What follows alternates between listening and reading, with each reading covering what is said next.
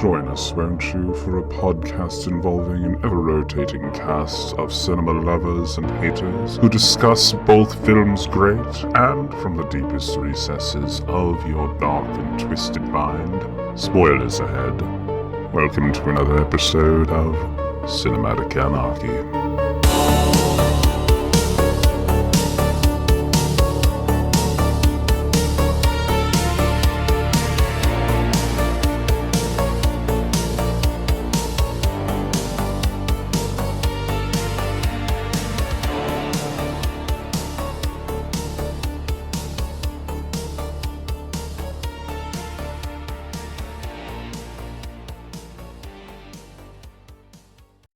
Welcome to another meandering and chaotic episode of Cinematic Anarchy, where I am joined today by my co-host, Christian.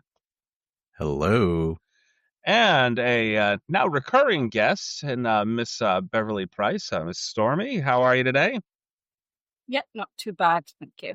Or I guess this afternoon, seeing as you're remoting in from the UK. Yes. And we are actually going to be discussing a film which was brought up to me during an interview that I did with Stormy just a little while back regarding her book, which I am remiss. I have not left in the background of the podcast this time, but I'll let you give yourself a little shout out, talk about your book, and then you can give us a nice synopsis of the film that we're going to be watching today, or talking about, having watched today, Bloody Muscle Bodybuilder in Hell. Yes. Or AKA Japanese Evil Dead. Definitely a lot of influences of that there. Yeah. So I did a book called The A to Z of So Bad They're Good, Bad and Ugly Horror Films. And as soon as I came across the title of this film, as you said, The Bloody Muscle Bodybuilder in Hell, there's just, the title just grabbed me, and you're like, yeah, I need to see this. This is going to be, it's going to go into this book somewhere. Thankfully, it turned out to be, at least for me, a So Bad It's Good, just gem. So the premise is, as the sort of subtitle implies, an individual, his ex-girlfriend and a medium go to a house that they believe is haunted, and shit happens, really, basically, and it's not really much more of a plot than that, really, and by the end of it, the demons are defeated. The end. Or are they? Well, they always seem to come back in the sequel, if there ever will be a sequel to this. Well, considering this so long started filming... If there is a sequel, it'll be a long time in the future. Yeah, we're maybe 20, 30 years out from that. Right? Yeah. This would be, the year of the 30th anniversary of this film. Yeah. So it started filming in 95 and was a sort of labor of love that took a long time to actually get out. There were years and years of reshoots, people leaving and having to kind of work around that with some props and like Shemp work. But yeah, it was finished around like 2009, I think. Or all the reshoots were done in 2009. It was another year for editing, and it didn't get its first release until, I believe, around 2012 in Japan, and later on in. So the actual DVD release was 2014. He released it himself on DVR. In 2012. I think he made like a total of 100 copies that he wanted to get out into the world himself. I don't mean to step on your toes there. No. Yeah, no, that did happen. And, obviously it gained some traction because eventually, I think in 2017, we got some international releases. And then finally, I don't remember if it was 2022 or 2023, we get the first US release. Yeah, it was 2022. We didn't get we Yanks over here didn't get a release till 2022. So you guys got the privilege by 2017, thanks to, I guess, Terracotta Distribution. And they were like, yeah, And you that's know how I what? think it. It was, like on social Is that media what you when saw? they advertise. Yeah, so when you get like social media and they're plugging stuff, and then they were plugging Terracotta Distributions, and that was one of the films. And I was flicking through, going, "Oh, what films does this company have?" And it was that one. And then I think the other one that caught my eye, but was a little bit more expensive, was something like Big Titted Zombies or something. I was like, "Yeah, I feel like I'm going to buy more from this company at some point." But that for a film I knew nothing about, I wasn't willing to pay £30. But bloody Muscle Bodybuilder in Hell was only like £10. And I was going, okay, well, if it's bad, then that's not so much money to waste.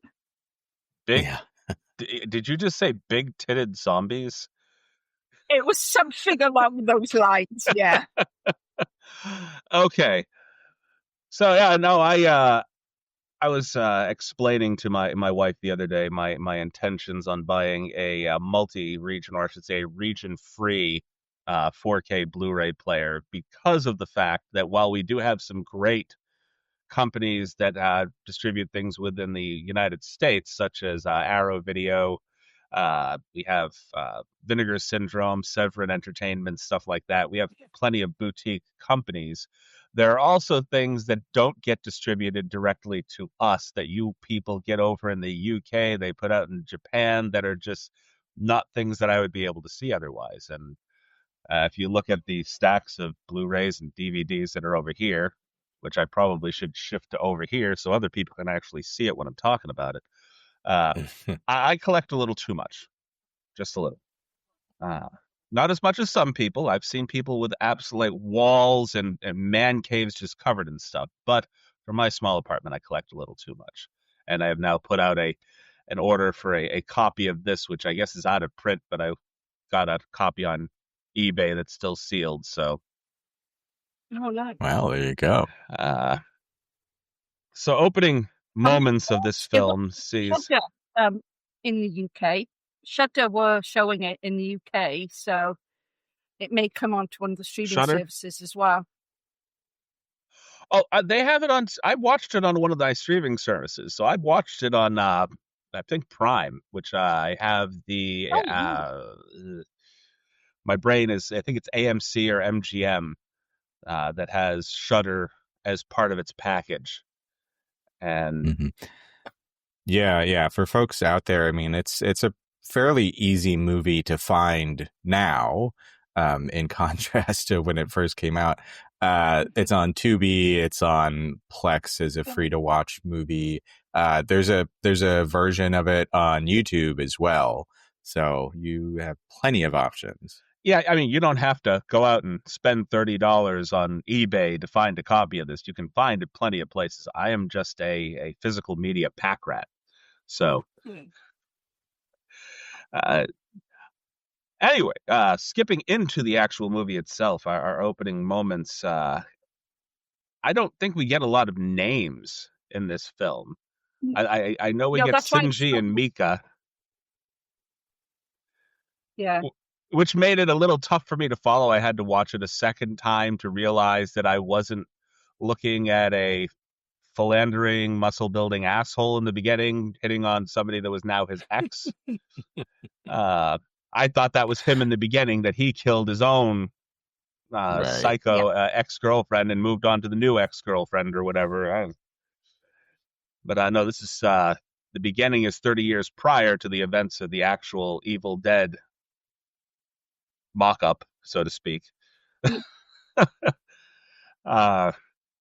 where we see Shinji's father, who is having a bit of a row with his, I want to say ex, but I thought it was maybe his mistress or something to that nature. I thought it was who was his trying wife. to say you're not. Thought it was Shinji's mother. I thought that was the point. Shinji's mother? That's why I thought it reacted to Shinji turning up there, because it was his mother. But I mean, I could be wrong. Okay, so I kind of, the way it could be read many different ways, because they took it fast and loose with the plot in this. The focus was not necessarily on that initial murder, but everything that happened as a consequence of that murder. It would be some form of motherly love, that's for sure, if it is Shinji's mom. And if not, it's the vengeance of the mistress who's...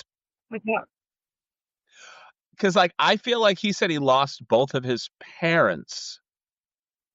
And so I feel Yes, he like did. maybe the guy that his mother or his father ended up, or the woman his father had ended up with was his mother, and this was the woman that he was cheating on her with. Something to that nature. I don't know. I guess it could be interpreted either way. This is either mom or mistress, and either way, we end up with a bunch of claymation deadites because of it. Yes.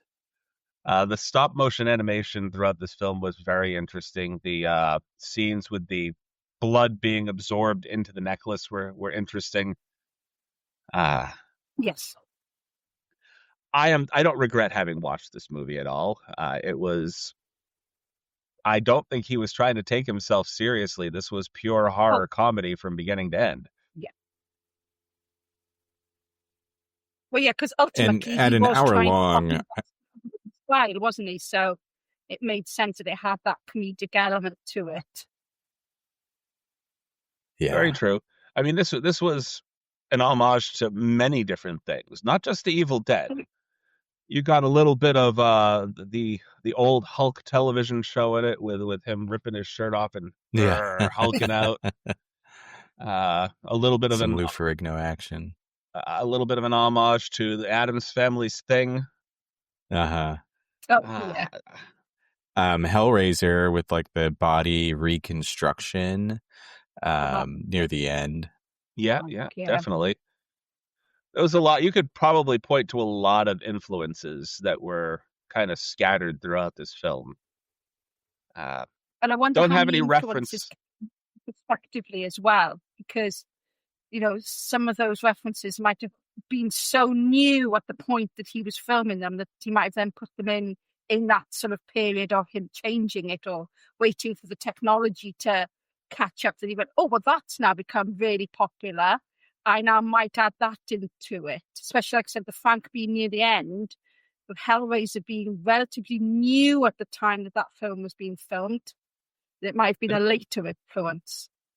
And if I'm not mistaken, he wrote this and started filming this well before the murderous ghost girl craze. Yes. Like this is a little while before that even really picked up steam, before you started seeing stuff like Ring and The Grudge and all that stuff. So he may have been ahead of his time with this goofy film. Yeah. yeah. This predates Ringu by a few years. So, maybe Shinichi was onto something. I feel like maybe he might have been even felt a little bit of disappointment having written something that was technically ahead of its time and being delayed for so long getting it out. Like that he wasn't able to get this film out in distribution until well after that stuff had already picked up and gone. He's like, I already did this. Yeah. This is all on film. I just don't have any way to transfer it and get it out there. So right, and that's largely an artifact of this being a passion project, right? I mean, he took this on. He wrote it. He was the main actor, and just did a lot of the effects, the editing. So it was truly a labor of love. And when you are the only person spearheading that, it takes a long time. I think he wrote it, directed it, basically funded the whole thing himself, and played himself and his own father. Financing it as well is the problem, isn't it? When you are the one-man show, at a certain point you might run out of money, and then you've got to wait then for that to catch up then as well to then continue doing it. And I think that was part of the problem once it came to the distribution side of things, that it was just, I don't think he really realised how much money that side of things was going to cost, and was like, well, I've got this, like I said, I've got this wonderful film, but I can't do anything with it. I feel like that's why a lot of people lean on YouTube right now for short films and stuff like that, because a lot of filmmakers, they have the passion to make their film, but they always hit a wall when it comes to distribution and figuring out how to get it out to the general public. So now you have like short YouTube videos, or you have shorts that they throw up like a series on TikTok or whatever, trying to get their stuff Yeah. out there. Mhm. And there's miles and miles of stuff that you can see on Tubi that people are distributing themselves, and sometimes on Amazon that they distribute themselves. Yeah. Well, I mean, another big factor too nowadays is that we have things like Kickstarter, that when you have that following, you can actually raise those funds to continue on, right? I mean, we've interviewed people in similar positions. That just isn't a thing when Shinichi was working on this. Right. So technology and avenues of distribution have opened up vastly since 1995 when he first started doing this. So I guess those avenues just were not available to him back then. And DVR technology actually started, I think, hitting the markets back around when he decided to distribute it himself. That first 100 DVDs that he put out into the world. So, good on him for being passionate about his project and getting this goofy mess out here so that we could see it, because I was laughing my ass off the entire time. And so, you want to walk us through? Sorry, go ahead.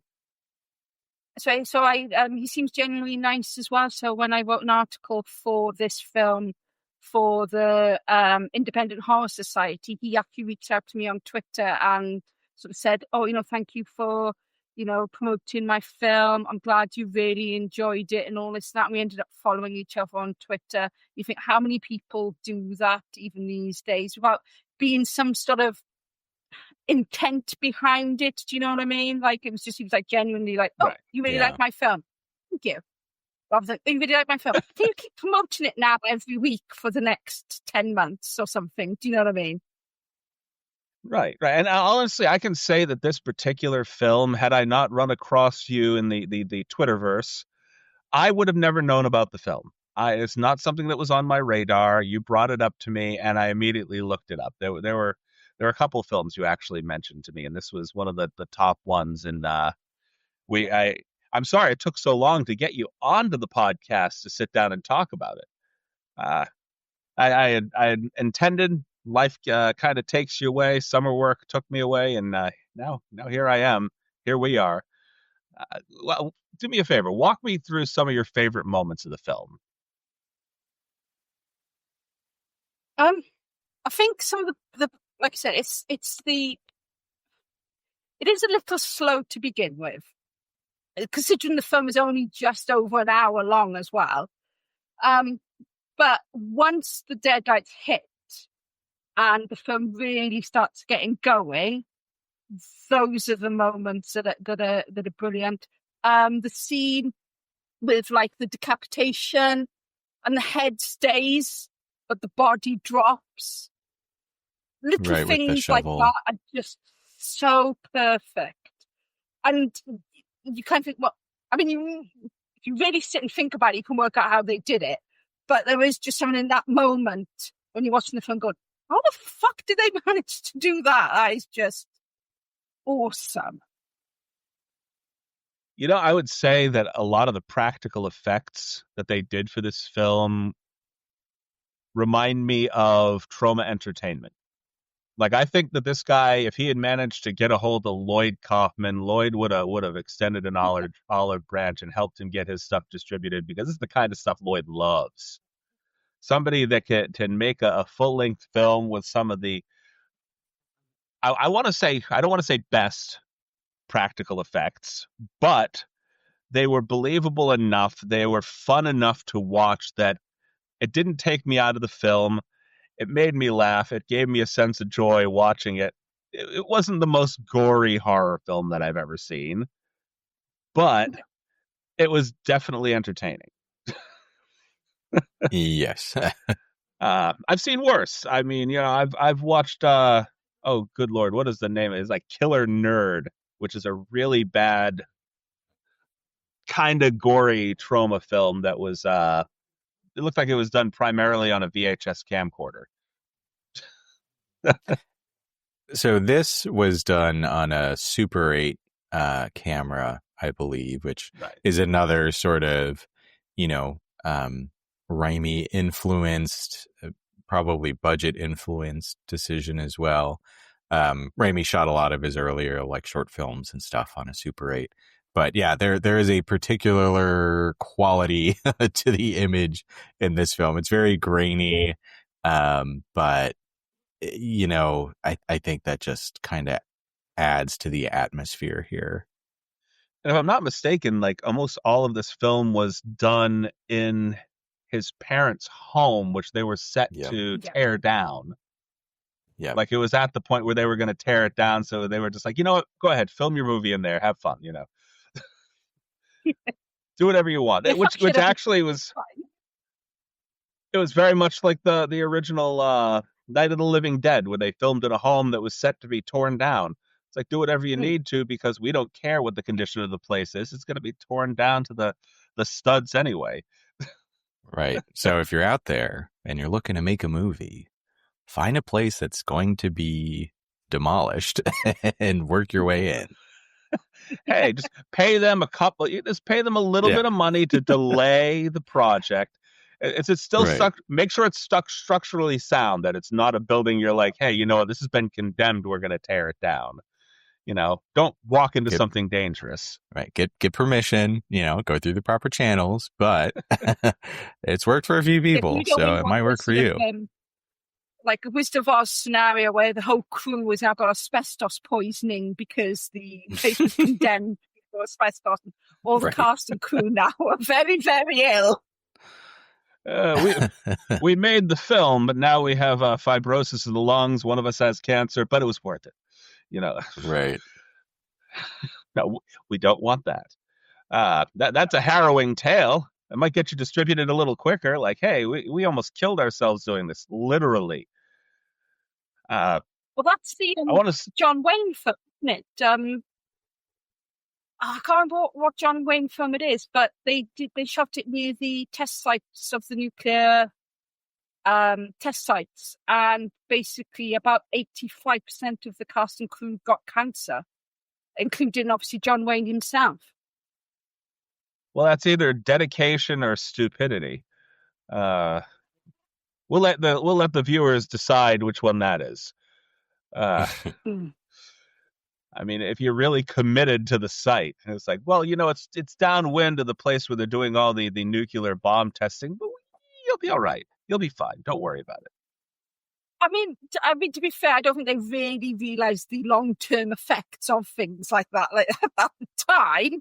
But I think now, if they decided to well there, back in the heyday of John Wayne, I guess, yeah, they may not have been thinking about it. Like, oh, well, we don't know whether or not it's fine. We dropped the bomb. Nobody seems to be hurt. Nobody was there. Yeah. So that might be a reason. Right. I think some of my favorite scenes in the film is this acting that Sinshi had to do, basically kicking himself in the face with an animated foot. Yeah, I loved that. And Mika had a similar scene with a hand, I think. Right. Oh, or the sound effects that they used every time Mika punched this guy in the face. Yeah. The psychic that got turned into the Deadeye. You just got there was one time where she punched him once, and then another time was like a 6-punch combo to the head on the hand. Yeah. The psychic was Mizuguchi. I think we get his name once at the very beginning. Okay, I didn't pick up. Like I said, I didn't pick up on the name of anybody outside of what is it, Mika and Sinshi. So I thank you for that. I didn't know. Mizuguchi. I mean, my pronunciation is terrible, but it's like Mizuguchi or something. Yeah. It's okay. Mizuguchi. Well, I didn't hear it, so you guys have a better idea what's going on than I do in that particular vein. Plus, I've done a few. I don't want to say all the way Japanese films, but there's a couple of films that we did prior. I think we did was it Snowpiercer, and there was something that was completely either Korean or Japanese that we did earlier on in the podcast, and I told Nico has a handle on the names with no problem. However, I told her, do not make me try to pronounce any of these names. I will butcher them. Okay. I have a tendency to butcher names that are said in English, let alone names from other countries. So if you know, say it. Don't make me say it. She goes, oh no, I'm going to make you say it first, and I just correct you throughout the show. Okay. There you go. Yeah. Whatever entertains you. That I like a lot of what I feel is like claymation gore, like stop motion animation that they did with the gore throughout the film. The main ghost, the one at the very end, the kind of mangled abomination that was either the mistress or the mother, kind of reminded me of a mixture between the Leatherface Mask and Toxic Avenger. Yeah. So I don't know if he got any influences from or had any influences from the original Texas Chainsaw Massacre, but I kind of felt that in the design of the face. I enjoyed it throughout. There was nothing that, like, other than just how slow it was between the initial murder and them getting into the rest of it. There was nothing that made me feel like this was dragging. It didn't make me feel like I was lost. I understood that there wasn't a lot of plot after we got past that bit of exposition at the beginning. And the rest was just them fighting whatever was in the house. Yeah. Or, of course, the floating head that was his dad. I think it helped that it was so short, though, that it was about, I think it's 65 minutes, something like that. It is just literally just over an hour. Yeah, hour and a handful of minutes. Wasn't all that long. I'm like looking up the time. We had an hour and 2 minutes. And this is with two scenes added back in after the original recordings, after the original, I guess the original film was made a short while before he distributed it in 2012. Like, was it 2009 you said? He finished it with those last two scenes? Yeah, that was the reshoots. And I think actually he used his family as test audience, which influenced the decision to add in those couple of scenes. Oh, okay. Well, then I can appreciate that his family gave him some positive feedback and said, oh, no, it's fine. Rich said it is. Just do it. Do whatever. Just put it out like that. I mean, the fact that they offered up the home for filming and, put up with, probably years of him working and talking about this, those are some good supportive parents. Like, you've been doing this since 1995. Can you just put it out already? Right. Well, what do you think of it first, Dad? I don't care. Just put it out. It's great. It's wonderful. Just do it. Right. It is great and wonderful in its own right. Is there anything you felt didn't particularly work with the film? I mean, I think we touched upon the opening is a little bit slow, but I don't know how else you would have got into the film without having that beginning. But thankfully, they don't linger on that beginning too long before we get into the action. But that's the only thing that I felt. As a filmmaker, maybe he didn't know how to start the film. He just wanted to do the action scenes. And the action scenes are brilliant, and all the claymation and all of that. He just didn't know how to get into that. But it's a small problem of the film. I mean, that's probably just a problem of budget and actual access to materials to do certain things. But I see what you're saying. I have to imagine too, like when you are so into the Evil Dead that you're actually motivated enough to kind of build a new piece, taking some of that influence, you're probably starting with like, oh, this like shovel scene would be so cool. Let's do that. And then we'll have this head with a hand sticking out of it, right? Like you probably start there and then you start to build the story around those action sequences is what I would imagine. I think the only scene that I thought was a little over the top goofy is there's this one particular scene in like the middle of the film, nearing the end, where he gets hit and then has this long awkward tumble down the Down the hallway stairs. and then down Yeah. the stairs. I can appreciate that they didn't want to. I'm not a stunt man. I am not throwing myself down the stairs. Let's just try to figure out a way to make it look like I'm really worried, and then just show stairs. I mean, I think that's part of the like slapstick Evil Dead kind of charm, though. Like I think that was totally intentional, where they're like, this would be kind of stupid and fun. Look, I'm And finding that- something to complain about. That's Yeah. all I'm saying, is that I don't have a lot of complaints about this film because I know that this was influenced by the Evil Dead, and I remember the original Evil Dead. Yeah. So there's- I think, for me, like Evil Dead in a lot of ways was really defined by the camera work.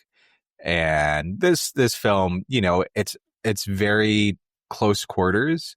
So they're working with what they can, but it's not the most like interesting in terms of cinematography, which, again, is fine. But I think that's sort of one space where it was a little limited. The bone to pick that I have with this film is that, and I looked at some photos of bodybuilders in Japan and, around this era. He's a fit guy, no hate to Shinichi here, and I'm not one to talk, but he's not the most bodybuildery for a film to be called Bloody Muscle Bodybuilder. I actually remember rattling off. I was talking to Farah, who unfortunately was not able to join us for the episode today. She was going to hop on. She fell ill and was not able to join us today. However, I remember rattling off when I saw that scene. I said, I think I just watched basically Japanese Steve Urkel Hulk out and rip his shirt off. Yeah. So, yeah. I mean, like, look, don't get me wrong. He has muscle, but are we talking bodybuilder muscle? I don't know. I didn't realize I had a visual for the mask that I was talking about. Oh, there you go. Yeah. I've been drinking out of a Texas Chainsaw Massacre like cup for the past like 20 minutes. So I had a visual that I could have just said, doesn't this kind of look like our main ghost? It does. Yeah. Hair and all. But there is that line though as well that did make me laugh at that point where he goes, because I think he has the dumbbells at the time. He goes, "These are not my weapons. My muscles are my weapons." And you just Yes. Oh, his dad telling him, your weapon is in the basement, and he finds the gun first. Mm-hmm. The gun that he uses to basically blow apart different pieces of the body. Right. Gets him kind of far. Well, I guess it got enough gore to resurrect the actual body of the girlfriend. I guess was absorbing the dead viscera throughout the house. Mm-hmm. Did we see him dispose of the necklace by the end of the movie? Because the necklace was the thing that basically brought her back to life to begin with. It was like a possessed artifact that absorbed blood and funneled it into some kind of demonic energy for her bit of crazy, I'm not going to let you walk out of here and be with that woman. Mm-hmm. And her mistaking Shinji for his own father, which is kind of accurate because they were both the same guy, both played by the same guy. You look a lot like your dad. Well, that's because I am my own father. Quick note too, though, he does say like the weights or whatever are my weapon. He does go back to using the gun. He's not afraid to still use it at the end. The baton twirl of the dumbbells above his head. Oh, iconic. Or basically the javelin throw, just putting it through the monster's mouth and pinning it to the wall as she's trying to pull herself off of it. Yeah, that was fantastic. Which is when he uses the gun again. Which also, guns in Japan are very rare, very controlled. And so I thought it was funny when he said that, like, his dad was obsessed with guns. I thought it was very entertaining that I always knew Dad was obsessed with guns. There's one gun sitting in the corner of a room Right. with the handful of shells. And Yeah. we fell into a very pre-2000s trope in this film, too, of the gun with the endless bullets. Mm-hmm. Yeah. Because there's no way you're reloading. putting that many shotgun shells into... It took him less time to put shotgun shells, an entire bag of shotgun shells, into that gun, which you couldn't fit them in, than it took him to disassemble the barbell while the ghost was sneaking up behind him. Yeah. There you go. That's the only other thing that I have to complain about, is him having to use the little key to undo the barbells while the ghost did the slow zombie walk behind him. Mm-hmm. So, least intimidating zombie ghost girl ever. Well, I would be intimidating. I mean, intimidated. I'm more intimidated by the ability to reassemble her own body than I am the actual ability to move. Mm-hmm. You know, there's definitely strength, definitely an ability to reassemble itself. But apparently, if you could get a good run, you could just run around the room and stay away from her. Yeah. Some looping. Speaking of muscle again, there's a scene, it's like somewhere near the beginning or near the middle, where Shinji's moving a box and he's like kind of struggling. Again, is all right, bodybuilder, huh? Okay. Right. Like, it seems like his ability to move things or his actual strength, it's not there, but his girlfriend can land a couple of punches that just knocks this thing across the room. Right. She is definitely maybe the bodybuilder. She's the bodybuilder. Yeah. She may be the bodybuilder in Bloody Muscle Bodybuilder in hell. She's like, you've been lifting weights. What are you doing? I can knock this thing across the room. Are you good? I just got back into bodybuilding 6 months ago. Right. Okay. Not working, just bodybuilding. And I guess he's not doing a whole lot of that. But so I did go back to see what happens with the necklace, and they just kind of leave it there in the house in it is open for a sequel. Yeah. I do like the venom sucking out of her neck, like she turns into one of the deadites. Mika turns into one of the deadites, and he just sucks the zombie or whatever bite fluid out of its neck, which is just this purple goo. He spits it back onto the floor, and she's miraculously alive again. She still has a rather large hole in her neck that is bleeding. Maybe figure out a way to pad that up. So all in all, I do not disagree with the rating that was given by IMDb about this film at all. It's a 6.2 overall for all its users. I'd say I'd give it about a 6.5. The quality is not, obviously it's a 1995 film shot on Super 8, and the quality is not the best, but the intent, the humor, and the sheer enjoyment that Shinichi Fukuzawa had making this film. Did I pronounce that correct? Sounds good to me. Shinichi. See? Yeah. Shinichi Fukuzawa. Take 5 seconds to sound it out, Chris. So it's acetaminophen. I've watched a couple people stumble over some basic words lately. I'm It's always entertaining. And you are not immune. I'm not immune. I will never be immune to stumbling over names that I just look at and go, there's a lot of vowels there. What am I doing? So I can agree with the 6.5. I had a lot of fun watching this. I'm happy that you put it on my radar, put it on our radar. How do you guys feel about it? Well, I'll say we get some great lines. One of my favorite I think, is hey assholes, you ain't human, come get some, before he starts blasting. Love Right, that. right. And of course we do get the very clear Evil Dead reference when he says groovy. There was also a kind of hail. I can't remember the exact wording of it, but there was sort of like a "Hail to the King, baby" kind of moment at the Mm. end, and he did something that was sort of a Terminator reference too, just before he like squashed the head underneath the barbell, which was "Sayonara, baby," instead of "Hasta la vista." Did you see I'll Yeah. see you in hell, baby?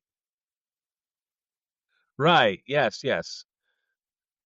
I feel like there was like a "Hail to the King" kind of thing. Just the way that he presented it, you could tell he was trying to channel a little bit of Bruce Campbell. Mm-hmm. Mm-hmm.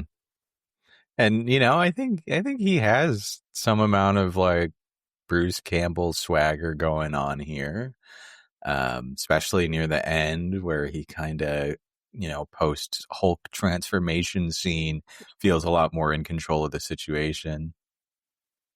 Yeah, because you like backlit at that point as well, isn't it? So it's almost like, it is that hero stance, that moment, isn't it? It's almost like you'd mock it now, going, well, there's your poster shot. Yeah. So I do know there's one other film that Shinichi Fukazawa. I'll get it right one of these days. He was involved in another movie called Violator.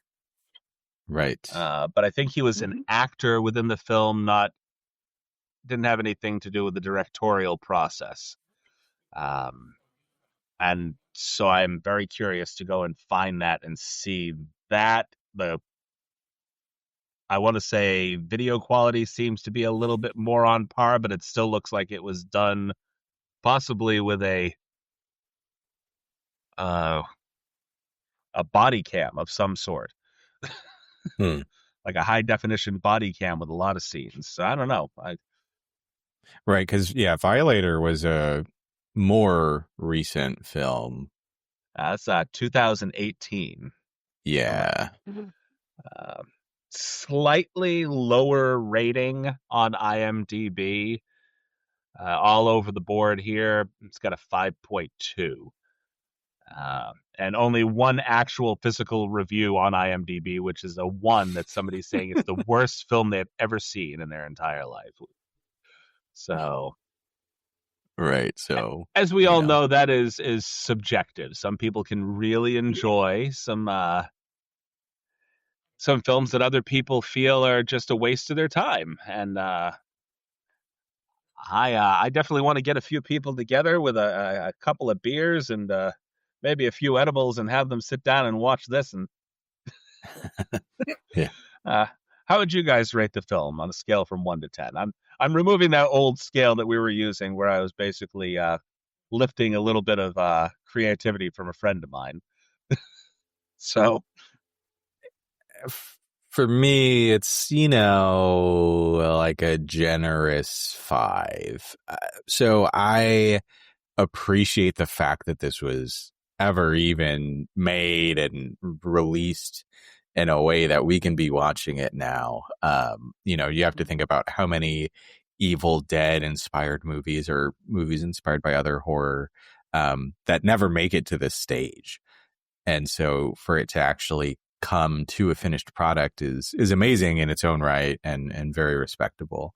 Is it my favorite film? Not at all. I mean, I think that there are some small issues with it, but it's got a lot of heart. It's a fun watch if you like Evil Dead or splatter kind of movies. Like, you'll find a lot to love. The animations are silly, like very, Flash style, and lots of, kind of like claymation-esque moments. It's fun.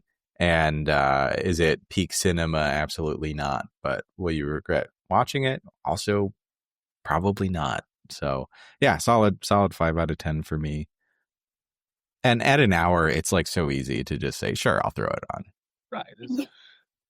It's a great thing. Maybe a precursor to a movie night. Just kind of throw this on for an hour while everybody's getting set up to watch a few things and kind of see how they Yeah. feel about it. Like, I guarantee you'll get a few people that'll just sit down and go, "What in the hell did you just put on?"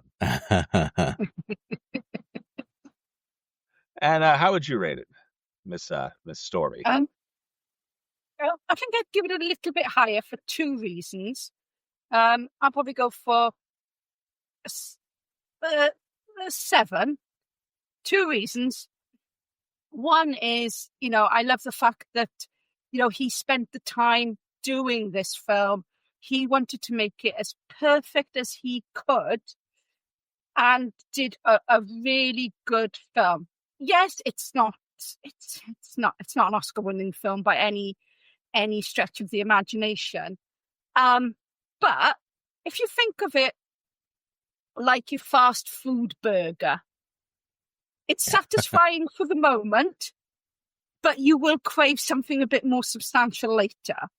And that is kind of what this film is. And you saying I've been a precursor to a film night is probably a great way to have it. It's your aperitif before you get into something that's either a bit more intelligent. The second reason why I give it a boost is I've seen Bollywood Evil Dead. Yes, that does exist. And this is 100 times better than that film. So the fact that it's not Bollywood Evil Dead gives it an extra boost. Oh, God, you've given me something else to look up and watch. I'm going to go hunt that down, too. You can just send me a link and make it easy. Because get ready. Bollywood looking Evil Dead. I go to horror cons every year and I find some of the most obscure DVDs. And that's where I got that.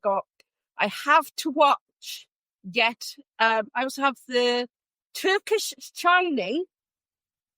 And I also have Turkish The Exorcist to watch. And apparently the Turkish Exorcist is shot for shot. They've just removed all the Christianity and replaced it with Islam. So that will be an interesting watch at some point. Yeah. Is there such thing as Islamic exorcists? Like, I thought that was sort of a Catholic thing. No? Okay. No. So you have in both Judaism and Catholicism some form of belief of possession of the body, and therefore you would need somebody to expel the possession from the body.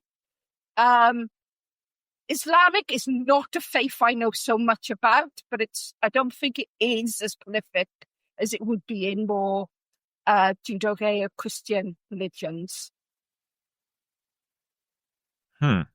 Okay, so you learn something new every day. I had absolutely no idea that there was a section of Islamic religion that actually revolved around the expulsion of demons.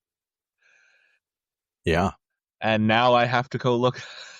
Give me a few things to go look up. Hey, send me the names of some of these things. I know you got them on DVD, but maybe we can hunt them down somewhere in the freebie zone or physical copies that I can actually watch on a Region 1 Blu-ray player.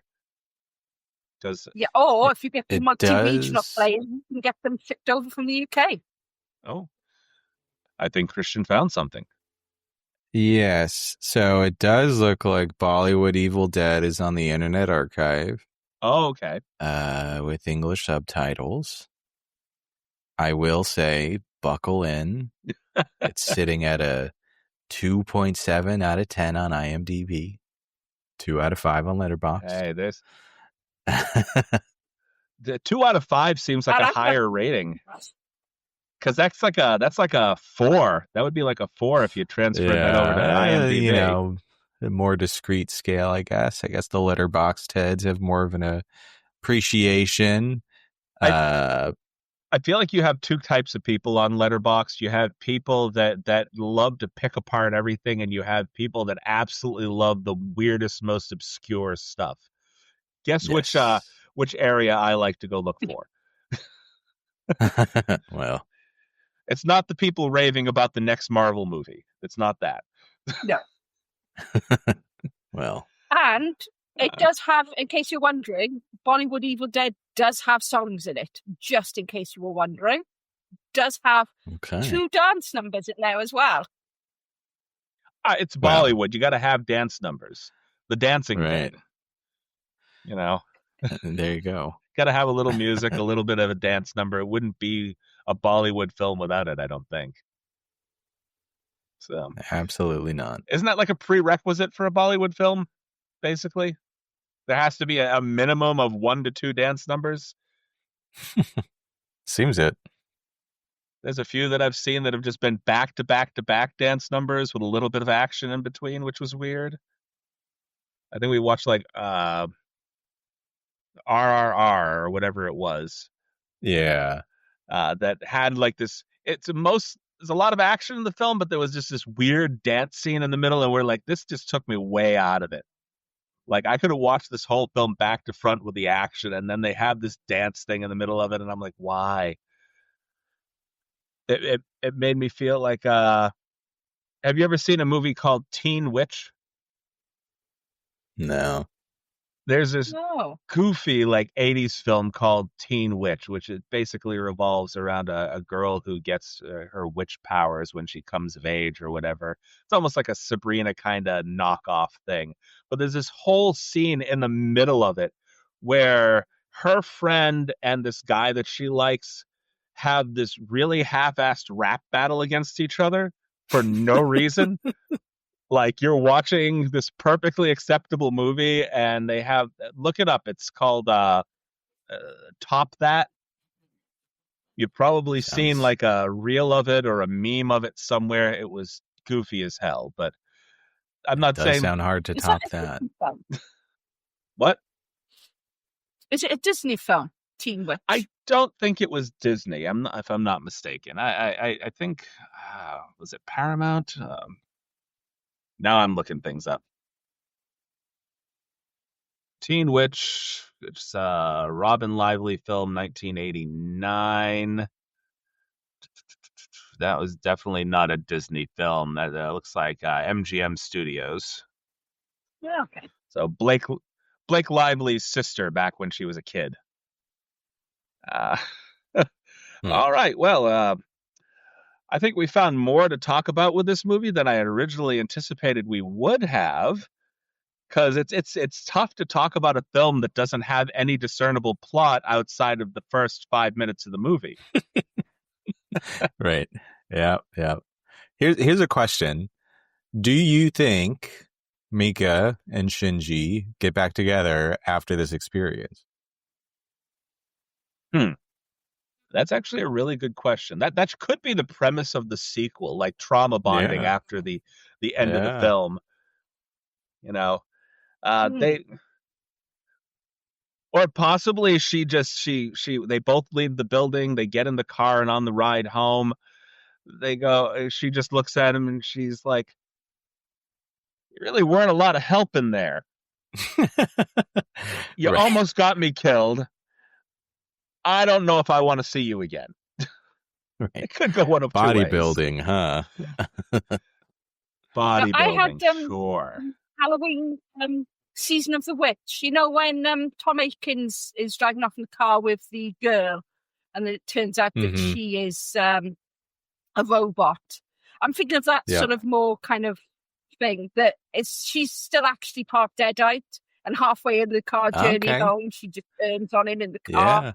And then just dive off a cliff and explode, because it's the 90s and cars would have exploded. Right. Well, some do nowadays too. We call those Teslas, and hear me it out. Happens.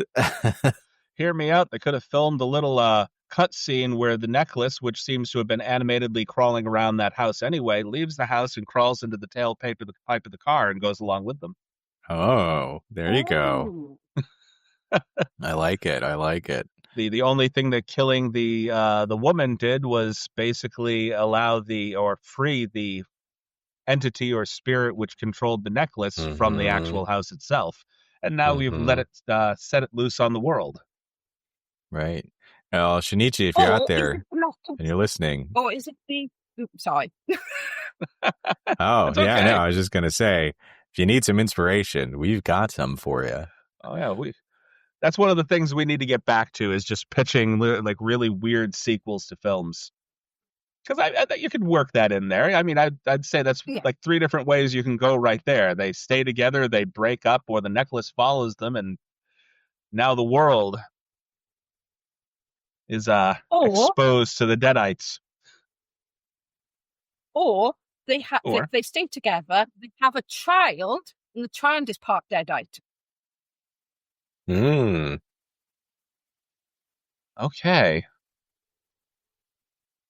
Now I'm seeing a couple of different things that you could go, almost like a Rosemary's Baby kind of thing, or what is it? Mhm. Oh no, this is look who's film that I'm talking thinking now. of.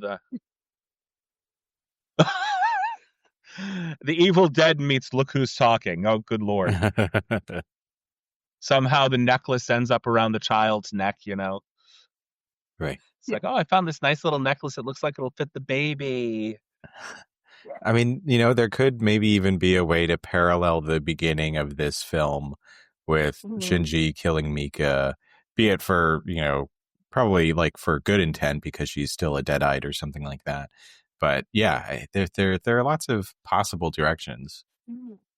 I'm seeing like, have you seen From Dusk Till Dawn? And Tom Savini's reactions when he realizes he's turning into a vampire and he's trying to hide the teeth. He's trying to, to hide the bite mark and everything. I can just see like us opening a sequel to her slowly turning into the Deadite and just like, oh no. Mm-hmm. So something of that nature. All right. So you want to give seeing as we're pretty much at the end of this episode, I think, if you'd like to give a plug for your book so people can know where to find your compiled book of reviews. So it is the A to Z of the So Bad They're Good, the Bad and the Ugly horror films, and it is available on Amazon at whatever country you are in.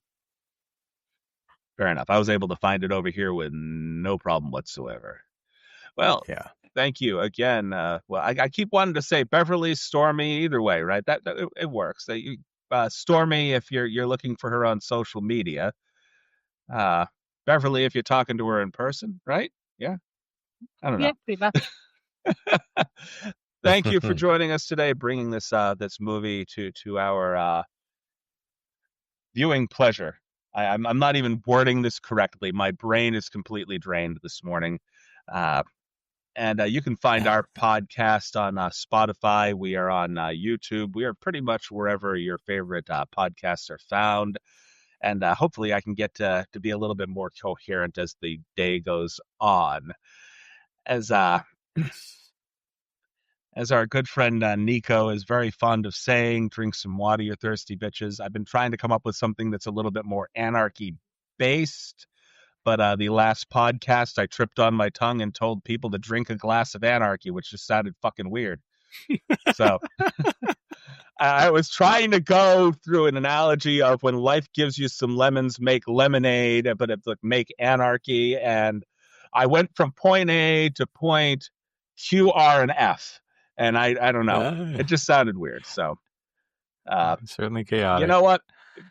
Best thing I could say is one of the purest expressions of anarchy is to watch and listen to things that are absolutely unconventional, batshit crazy, and off the wall.